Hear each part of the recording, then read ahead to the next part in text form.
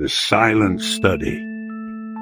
In 1972, the Soviet Union's obsession with endurance experiments reached its most disturbing chapter. Not with sleep, but with sound. 5 political prisoners were selected. They were promised freedom if they participated in a month-long trial. The experiment was simple, on paper. They were to live inside a sealed chamber with every possible need provided: food, water, beds, toilets. The only condition: they would be exposed to absolute silence. The walls were thickly padded. The air vents were soundproofed. Even their clothing was engineered to muffle movement. No sound in, no sound out. The researchers called it the Silent Study. For the first 2 days, the prisoners joked, whispered, sang old songs to fill the emptiness. Their voices seemed thin against the dead air, like words dropped into a bottomless well. By the 3rd day, conversation dwindled. On the 4th night, the researchers noticed the men stopped speaking altogether. They moved, ate, and slept, but none made a sound. Through the cameras, they looked restless, pacing, as if they couldn't bear their own company. One man, Victor, tapped his fingers constantly on the steel bed frame. Another, Oleg, chewed at his nails until blood streaked his chin. By the 6th day, something remarkable and horrifying happened. When Victor stubbed his toe on the cot, he screamed. Or rather, his mouth opened, his throat strained, his whole body convulsed with pain. But no sound came out. The microphones confirmed it. His vocal cords had stopped producing noise. The others tried speaking too, nervously at first, then desperately, shouting, sobbing, pleading. But their words fell silent. It was as though the silence had taken root inside them, strangling sound at its source.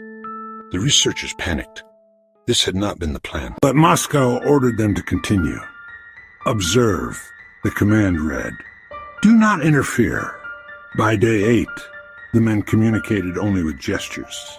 Their eyes darted constantly toward the corners of the room, as though something else were there. Oleg scrawled with his own blood on the wall. IT talks where we can't. No one could explain what he meant. On the 10th night, the cameras caught them all awake, standing motionless in a circle, staring at the ceiling. Their lips moved silently in unison, mouthing words none of the observers could hear. They remained like this for nearly 6 hours, until one collapsed from exhaustion. By day 12, the chamber smelled of decay, though all 5 were alive. Their food sat untouched. Their skin was pale, stretched, eyes sunken.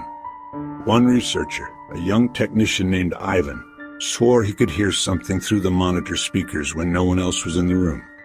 A faint whisper, not from the prisoners but from the static itself. He claimed it called his name. The senior staff laughed it off, until Ivan was found in the lab the next morning with his eardrums ruptured, blood streaming down his neck. His expression locked in silent scream. Day 15. The prisoners no longer slept. They huddled in the corners, eyes wide, mouths still moving soundlessly.